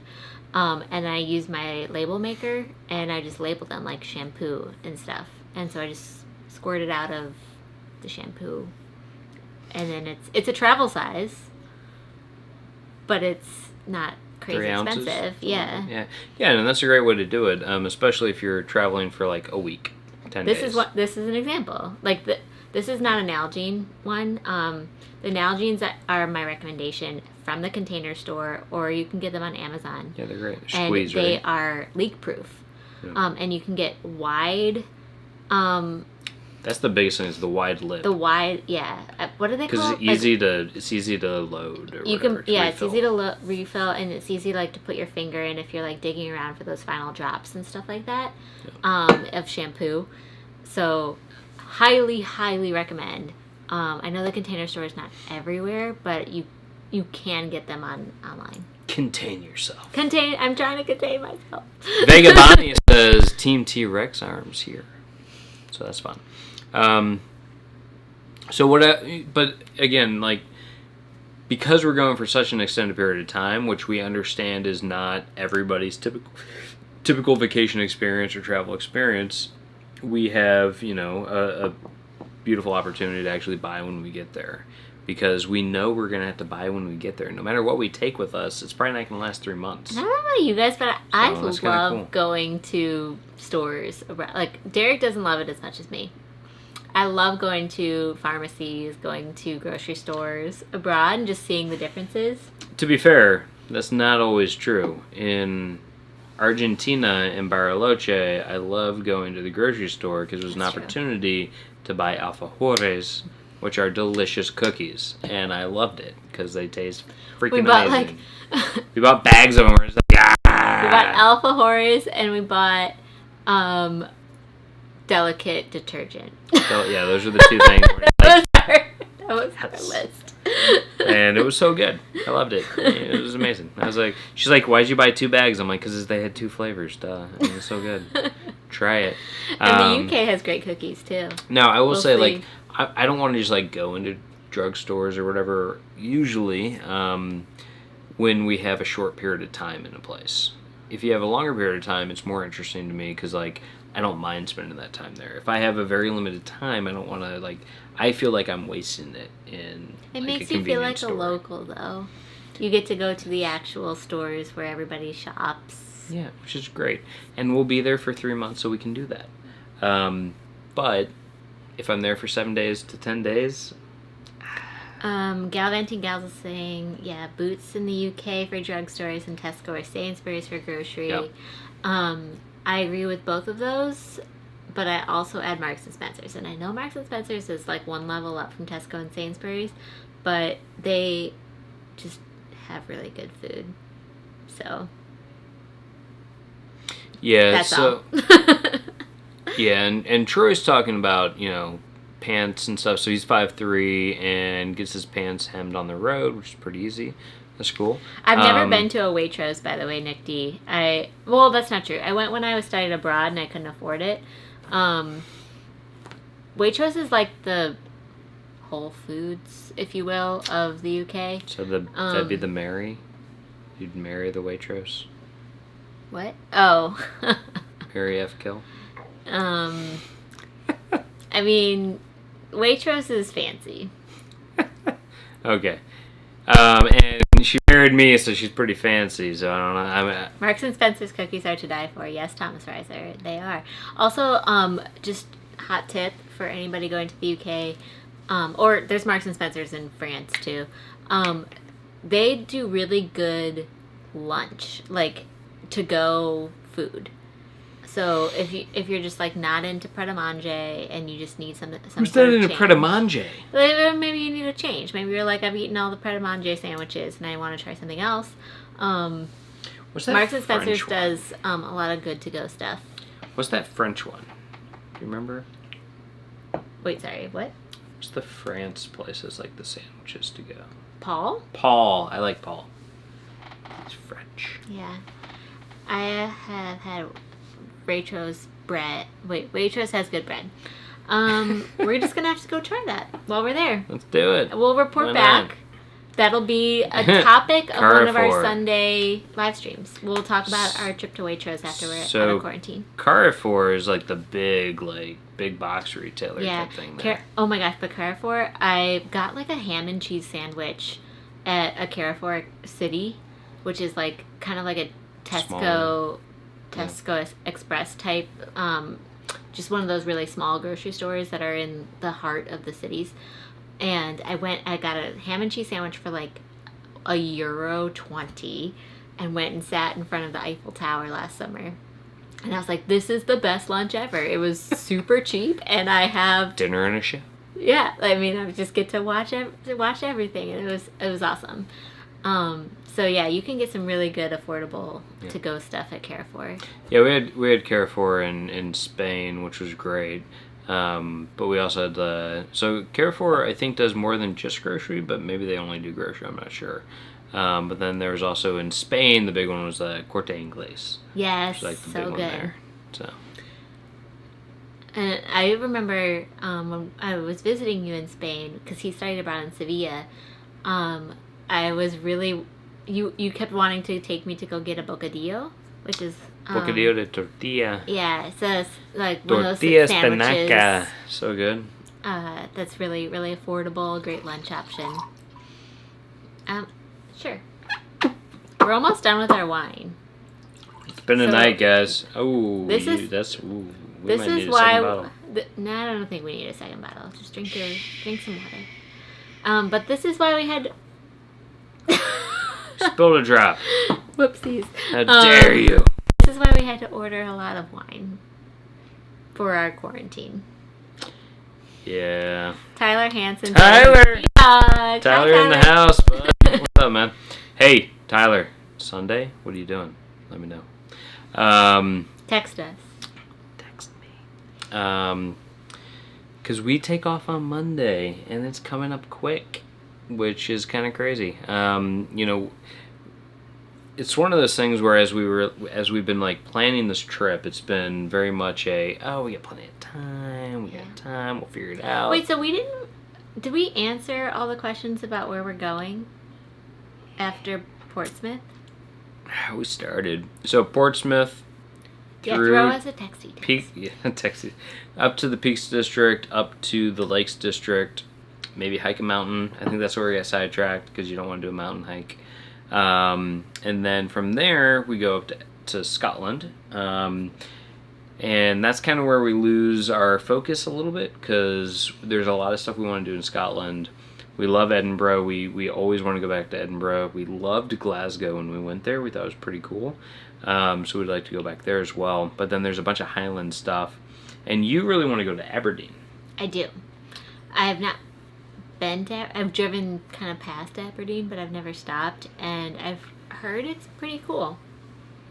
I also want to go to the Armstrong Museum in southern Scotland. We'll see if that happens because it's like not close to anything. Yeah.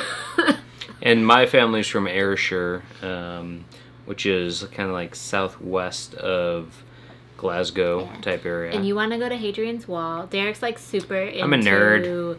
History. So Hadrian's Wall. So Hadrian was a Roman emperor, and he ordered the construction of. I don't think he went there, but he ordered maybe he did. British people, correct me. He ordered the construction of a wall across basically the width of England at the neck. Scotland's up to the north and England's to the south, and it was basically British or Roman Britannia to the south, the barbarians to the north, and that's kind of what it was. And it was And kind by of like barbarians, they just mean like indigenous Scottish people. the Picts and whatnot, so Yeah. Scots and whatnot. And Me. so it was a fortification that the Romans manned and fell into disrepair, following the Roman, pull out of Britain. And think of it kind of like the English version of Great Wall ish, but it's largely, I think, in disrepair. I think there's some places that you can go to that are kind of reconstructed to like kind of show you what it would have looked like. But it is kind of cool that there's so much that's in ruin, right? Like even if it's in disrepair, you could still see it. Yeah. Well, and from what I understand, it's like the British child like field trip. Like every British I didn't kid know that. at least in northern England, they go. That's cute. That's cool. Gallivanting Gals asking about North Coast 500. We've talked about that. We were even talking about that as 2 we were days ago. driving. We need to to and research fro it. Chicago. We need to research it better. So we want to do it, but we're not certain about the weather and the time of year that, because we would be there like mid-October, like kind of through early November, and we're just worried about weather. Yeah. So I think there's more research to do. Yeah, so for our whole thing is we just don't know much about it, and so we want to make sure that it is actually one of our like punch list, bucket list items. And if it is, like if we research and we're like, this is so cool, like we have to do it, like we will totally do it. But if it's one of those things where we're like, if we have time, we get to it, like then maybe not. Because there's so much on Isle of Skye that we want to see still, because we only spent like a day and a half on Isle of Skye when we were there, and that in Port Reid, and that half of the day was rainy. So it was just one of those things where like there's so much more to see just on Skye. Yeah. So we'll see. I'm not saying no and I'm not saying yes at this point. So you'll just have to tune in on Sundays to find out. Yeah, so we would go up to Scotland. There's a lot to do up there. And along the way, maybe on the way to Scotland we stop in York, because that's kind of on the way. York and we've is on always both of our wanted to go to lists York. because Rick Steves loves it and Walter's loves it, and that's saying something. Those are really significant influencers. Scorpio Sue, I do love that. Well, the Great British Bake Off does start on September 22nd, so just in time. We're in it, obviously. That'll be during our quarantine. Just That'll kidding, be great. we're not in it. We'll have like that. Surprise! That's why we went. No, it's not. It's not why we went. No, I don't But yeah, so York's on our list. We'd love to go there. Great Viking history and all that kind of stuff. Awesome, like cathedral and all that. So we definitely want to get up there and see that. And then in Scotland, it really is. It's Edinburgh, it's Glasgow. Like, if I can get to Ayrshire, she can get to the Armstrong Museum. But then Isle of Skye is really big. And the one thing that still, like, grinds my gears. What grinds your gears, Derek? Grinds my gears. But the last that? time we went to Scotland was that we didn't really do any distilleries. We didn't go see any, like, Scotch distilleries while we were there. Even though we stayed in Oban. I promised him we would do it on this trip. You guys have to hold me to it, because I really, I felt genuinely bad that we didn't do it last time. Kills and me. I've been to one, and I don't even drink whiskey, so I feel bad. She goes to Scotch distillers without me. She goes to breweries without me. And she doesn't drink beer. She doesn't drink Scotch. It kills me. I'm horrible. She's like, with my friends I'll do it. I know. Okay, so I promised him that we would go to a whiskey distillery, so we're gonna do that. I'm the only designated driver I know, on our Mary car. Ellen, we did not go. We wanted to, we just ran out of time. Guys, I'm the only designated driver on our car because it's like 13 pounds a day to add her. So if she doesn't want to go, I'm just taking off. Yeah. I'll strand her. Have any of you guys watched the documentary Scotch on Amazon Prime? It's actually beautiful. We watched the filmography that is great. at the beginning of quarantine, the pandemic, and And it kind of turns into an advertisement towards the end, I feel, but it's very informative at the same time, just about Scotch whiskey. It's great. But Gallivanting Gals say more time in the Cotswolds is on their list as well. We agree. With a car. We've been to the Cotswolds. We took a 1 day like bus cruise type thing. Or bus not cruise. Season. Like it's like a coach bus tour. And it was fine. We saw a lot, but we were also in the bus a lot, and that's just not our travel style. So we would totally go back, and I don't know if we would necessarily stay there versus staying in Bath, because like we fancy. Frost Element, hello from LA. I hope that you're doing okay with all the wildfires. I know that there's one like outside of LA, kind of like northeast or so. So hopefully that's going okay for you. And Troy says he would love to hike the Cotswolds and camp. Yeah, and what's cool is there's like different public walking trails throughout the Cotswolds, so you can totally hike around. So like Castle Combe is out there. There's a lot of really cool spots, and what's beautiful about the Cotswolds and what makes it really special is the fact that at some point in like the 1800s, the river that helped power a lot of the industry there dried up, and over those years it actually destroyed a lot of the industry, and that's sad, and a lot of people left. But what that meant was that a lot of that like charm and like village goodness or whatever kind of like stayed, because it didn't actually get developed with the Industrial Revolution and all this other stuff, because it kind of died out a little bit, or it really stopped developing before that, which is sad from like, you know, if you think about it in the US, like the Rust Belt type of stuff. But from another standpoint, it gives you kind of this Stow on the Wald. It gives you this, it gives you this kind of beautiful glimpse at the past, and seeing kind of like what those cottages look like, what the market cross was, and like how that all worked. Like, it's really great. And Nick Cage agrees, and he owns like a couple houses out there in Bath. I don't know if he does anymore. Nicolas Cage, apparently, according to local Bath residents that we befriended at a pub, owns 2 houses in Bath. 2 houses in Bath. That is like our one source. or 2 in the Cotswolds. That's our source. So fact check it. All right. So Thomas Reiser has a good question. Did we get a sat nav for our car? Great question. No. We need to follow up with your parents. Okay, so we have not gotten one, and we found a box to a TomTom. Jinx. Padlock. We found a cardboard box for a TomTom in their office a couple days ago, this weekend.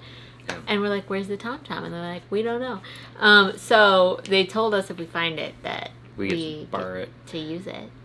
Yeah. So what we plan to do is we would take that if TomTom. Let us know and tell us what we need to know.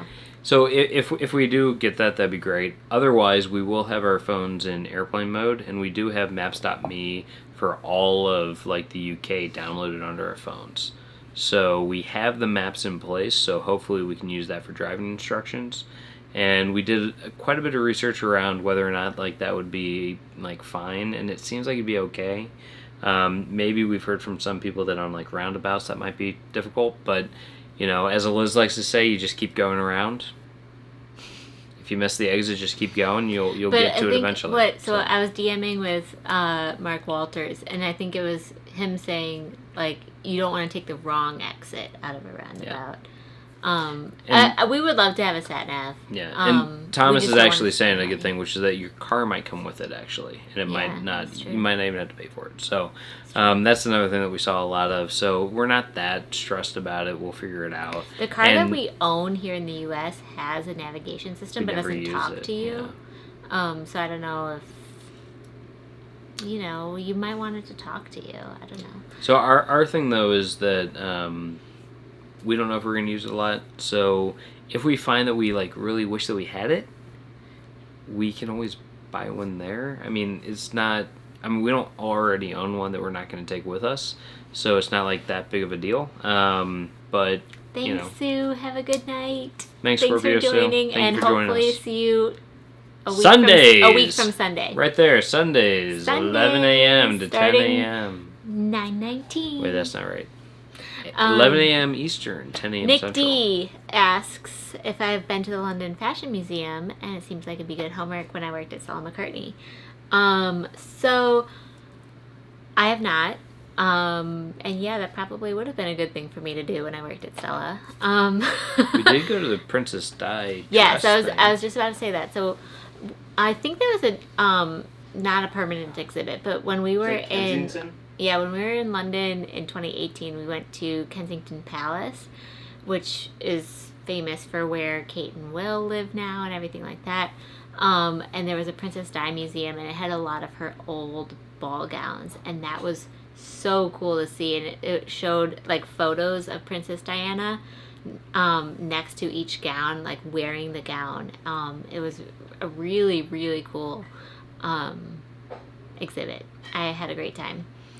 But yeah, no, I haven't been.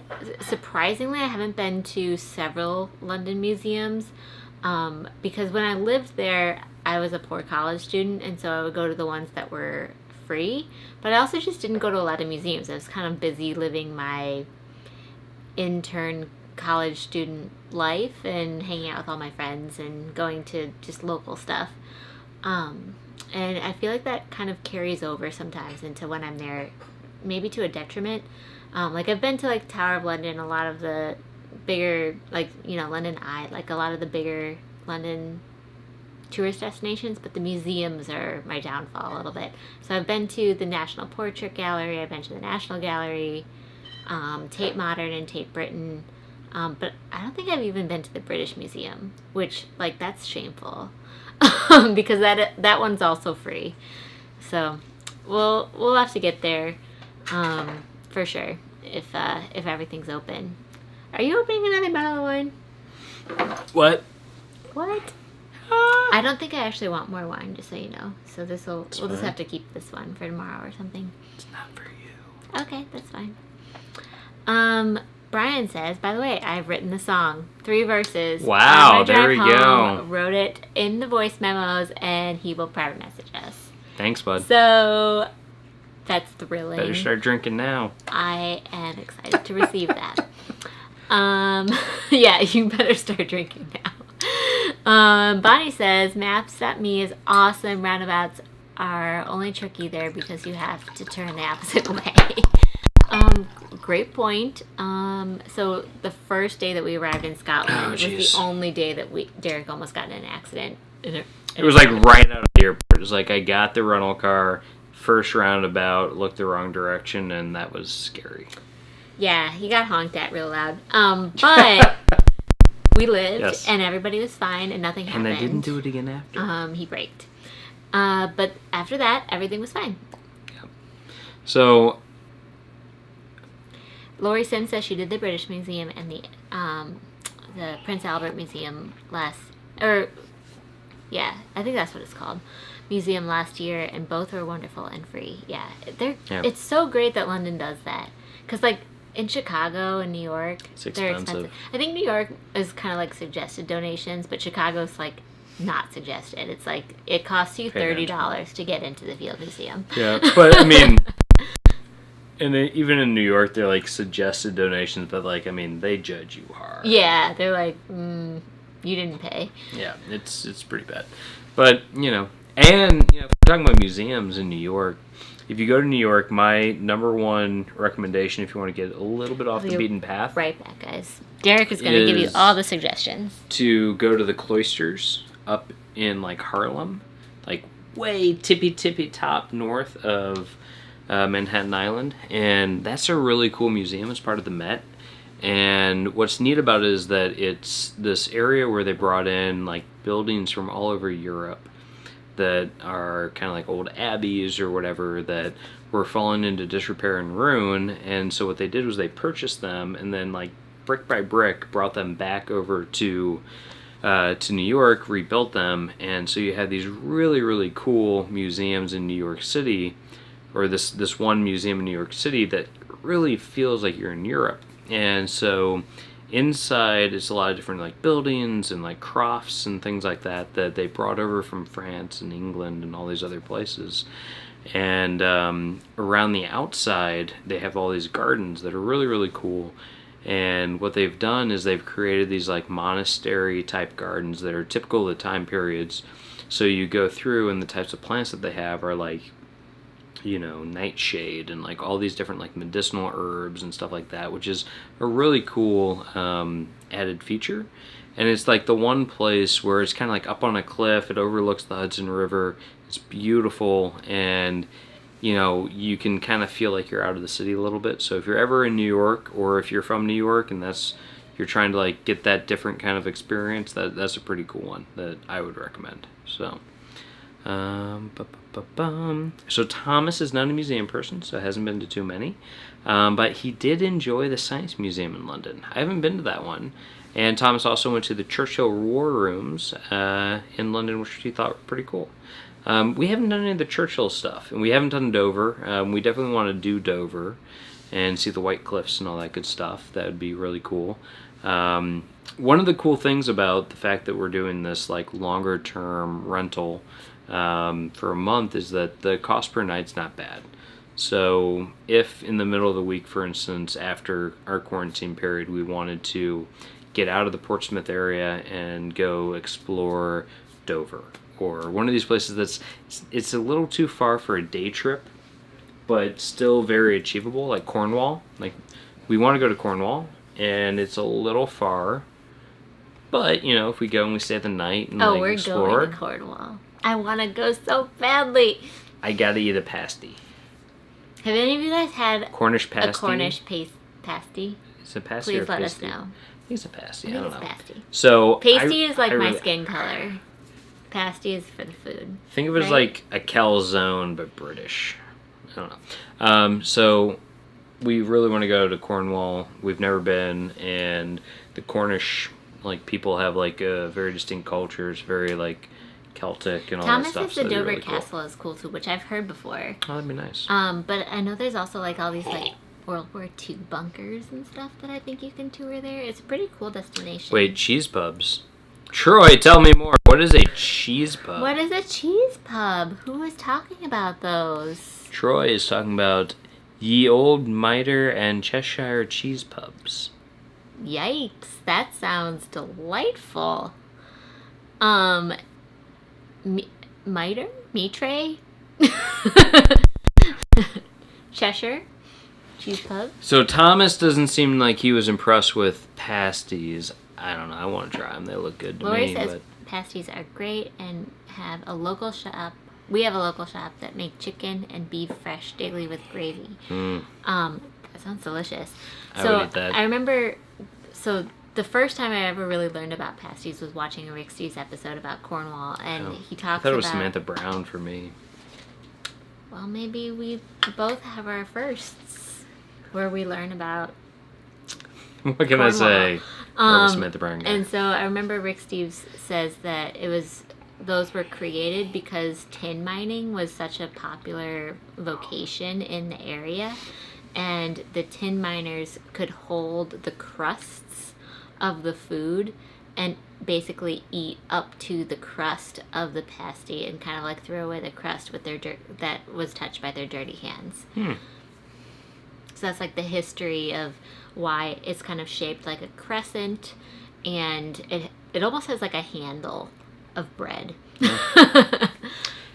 I plan to eat the handle. That's just me. I think you can, but you should probably wash your hands first.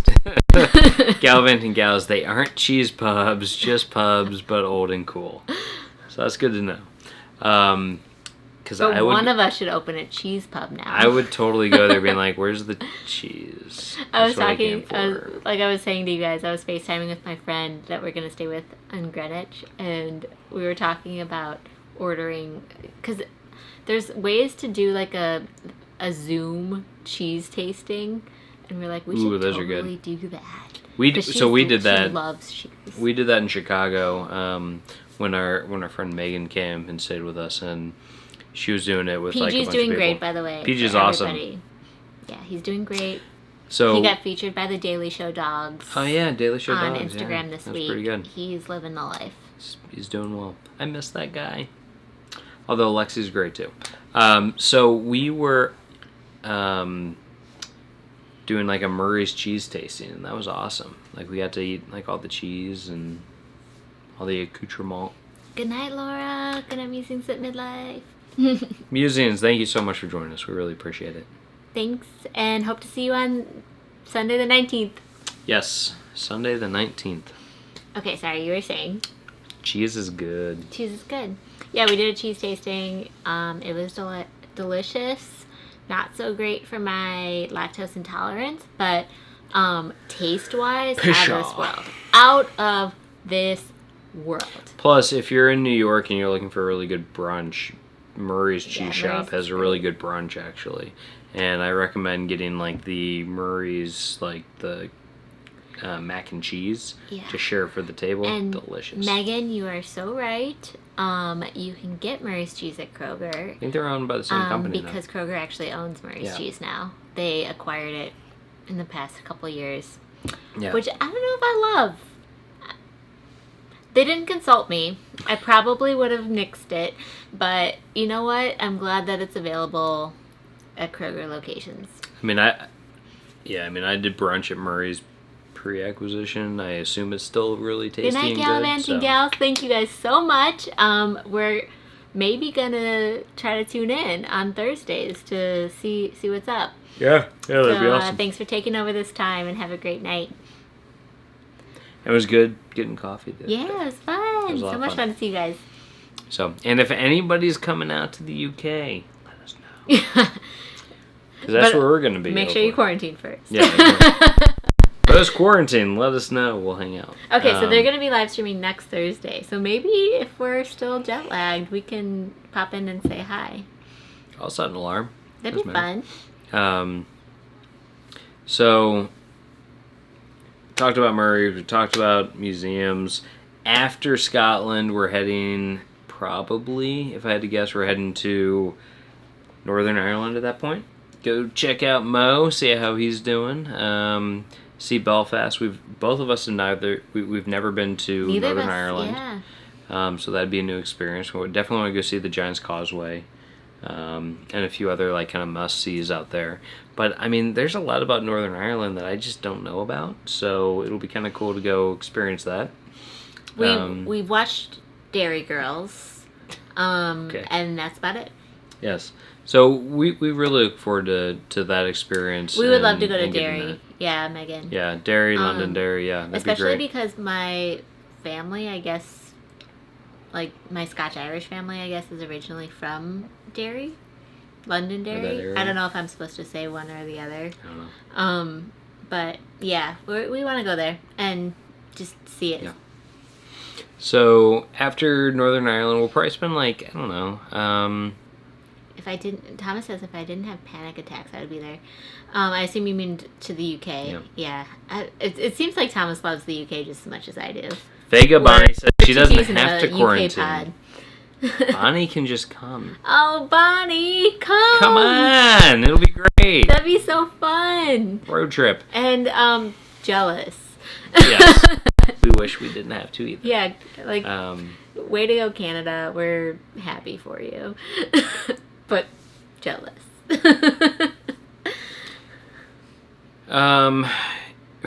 Anyway, yeah. So we want to. We rock the bell. We want to go to, so Londonderry, Giant's Causeway, Belfast, and then Mo apparently has like a ton of cool spots for us to hit up as well. Including, Sticky Toffee Pudding, or as he calls it, STP, for the win. And so I'm excited clearly for that. Nick D and Megan Morris have watched Dairy Girls as well, because... Rock the boat, baby.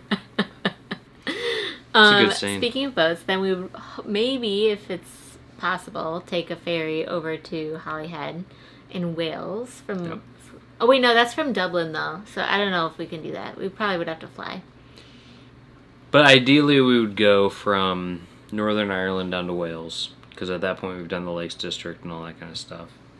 Yeah, it's okay. Yeah, I was about to say show. So we would do Wales because we love Wales. And actually, we'd probably go north to south because that's kind of the direction we're heading at that point. And we've done like Llandudno and Betws for like Snowdon and Snowdonia National When Park. Derek made me climb Mount Snowdon in Wales. Which is great. So we would love to go back and see all that stuff. And we actually, we sorry, excuse me, I got the hiccups. We stayed at a really nice B&B. Was it a B&B? No, it's call it like like a a hotel? Best Western. No, the one in Llandudno. That had like the dinner option. It was not a B&B. It was a hotel. It was called the Empire Hotel. The Empire Hotel, and that was really nice. I'd stay there again. I thought that was really cool. We got a great deal because it was kind of pretty soon after the recession. I think it went up in price since we went there, but they were like giving away rooms. I mean, not giving away, but it was like super affordable, and I think we got free breakfast and one free dinner when we were there, and we were like, this is amazing. And we totally took advantage of it because I think we were there when we were like 23 or 24 and, you know, on a very tight budget. Yeah. So I love Wales too. Yeah. Well, no, I was laughing at. I mean, I love Wales and Wales. I love Megan Morris telling Nick D that she's trying to convince someone that they know how to do rock the boat for their wedding. Good luck. Send us a picture. That'd be fun. Video. That'd be good. So Wales is great, and according to Troy, we can. Hey, Kim Yonker. Hello, Hey, hello. Kim. Oh, by the way, Troy is saying, we can do it from Belfast. That's what I was going to say. Yeah, we can do it from Belfast to Holyhead. I've never been to Holyhead. Hopefully that's still going on, because my concern is like some of these ferries maybe aren't running as often. Or Ronnie, have a good night. Stuff. Good night, Ronnie. Thanks for joining, and hope to see you next Sunday, week from Sunday. And Kim, hello. And welcome. And welcome. No, so from Wales, so Scotland, Northern Ireland, down to Wales. We would then plan to jump back into England, and we'd probably do kind of like Llandudno, Betws type areas down along the coast, and then hit, because I've never been to Cardiff or Swansea, so we'd probably try to hit Cardiff and Swansea quickly before heading into like Bath and stuff, because Bristol. Bath and Bristol are like right there on the border. And the Cotswolds. And then that's where the Cotswolds are, so maybe we can do some Cotswolds, and then it's right over into London and our head back, Yeah. So we need to figure out like timelines and like how much time we'd spend in each place so that like we're still heading back to the US by December 7th, because that's when our travel insurance is over. That's also kind of our last date that we figured we can actually like come back to the US and like see family for the holidays. So yeah. And plus our new nephew is due in January, and first we don't want to not be here nephew. First no. We are becoming an aunt and uncle in early January, so we want to be back for the holidays. I don't know what's with Mexico, but I like Mexico. So Kim went to Mexico con Nick D y Megan Maurice. Forgot about that.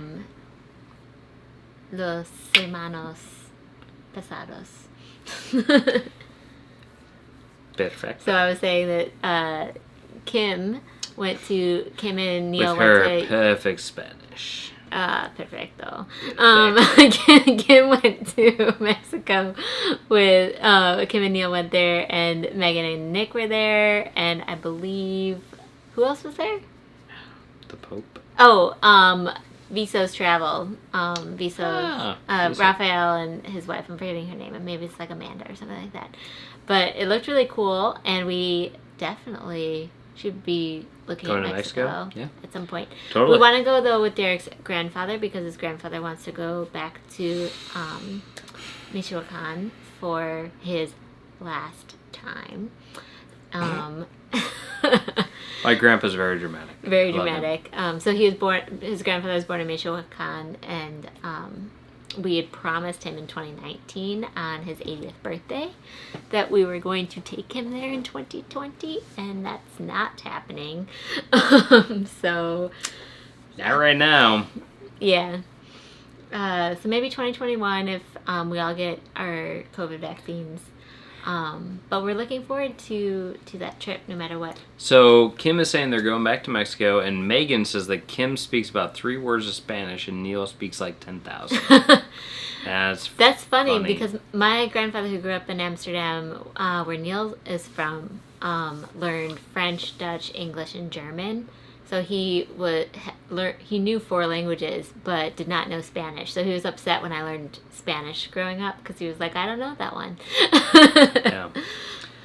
So I guess they've changed the curriculum. Yeah, Mexico is on our bucket list to like actually go and spend some real time there, because we've always talked about Mexico as being a great place or a great option for us for extended travel, especially if we were thinking about more of a retirement type travel. And I know a number of you kind of like talked about this before or asked questions about this around, if you wanted to do kind of like a retirement travel existence, how would you do it? Where would you go?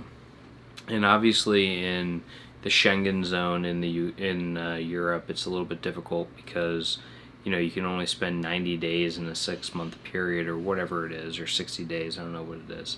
In the UK, you can only spend 6 months there, etc. So that's kind of hard. And some of those are expensive places.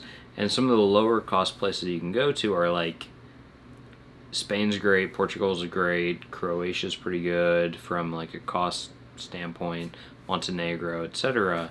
But if you're leaving Europe and you're heading out to like Asia, you can do like Thailand. There's a bunch of people that do like the expat community there, and in Mexico. Mexico's really big in the Americas. In Mexico, Lasagna. So he learned Spanish when he was there. Very cool. Spain's great. I love Spain. And but getting back to Mexico, Mexico's great, and it's a place where you can go and you can spend 3 months at a time. I think it's 3 months, and then you have to leave for a day. Or no, actually, you just need to cross the border. It's not even for a day. You cross the border, spend some time there, and come back, and then you're kind of like reset for another 3 to 6 months. So that's not that bad. That's not, if you're not in a pandemic, right? If you're in a pandemic and the borders are closed, that kind of like ask a lot of questions about like, what do you do? How can you get back? So that's a little difficult. And from an American standpoint, as U.S. citizens currently, American citizens, we you can only buy property in Mexico in certain locations through a Mexican corporation.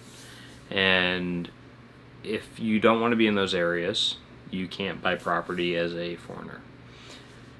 So that's one reason why we've looked at, potentially exploring the idea of Mexican citizenship through like my family connections and all that kind of, not connections, but like my family history, to see if that's a possibility. Because it would be nice to be able to like own land wherever we want in Mexico. And that would be fun. Yeah. I would like that. Megan's saying right now that you can only fly and not drive into Mexico currently. Yeah. Yes, that is true. And what's funny is I mentioned this last week because I renewed my my global entry card and my global entry status for 2021. It expired on my birthday in February, but I just decided to renew it early and all that jazz. Yeah, I gotta do that. You do, yeah, but you have time.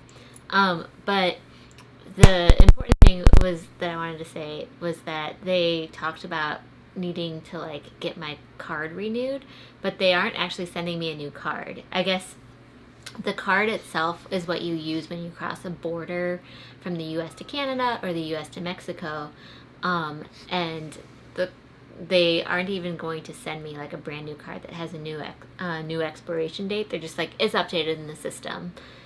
And I thought that was really interesting because it's like, you're not even, like, it's still going to say that it expires in 2021. It's all good. It's fine though. Because pandemic, we don't want to deal with it. Yeah.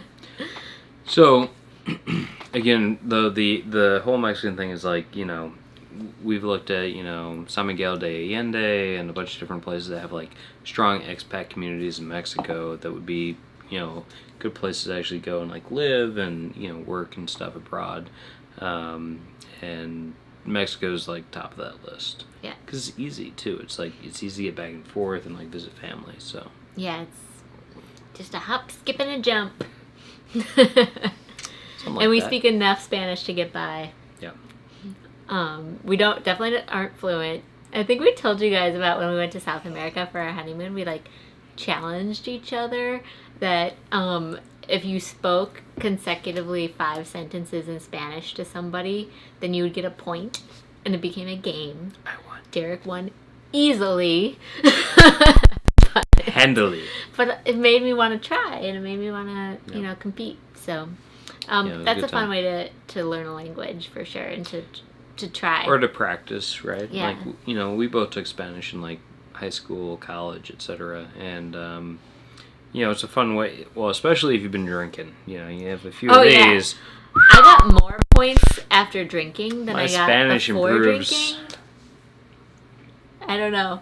Now, to be fair, it might just be my perception of my Spanish increases, but, whatever. But you start trying more, I think, when you, have less inhibitions. I'm more scared of us drinking in the UK and then, like, trying to adopt British accents and it coming off, like, really bad. I don't do that because I know that they hate that. Like, the Brits hate that. Just like Americans would hate anybody imitating our accent. Police me, please. I will. It's not, well, at least we're not going to be in, like, France where I'm like, Notre Dame. Oh my gosh.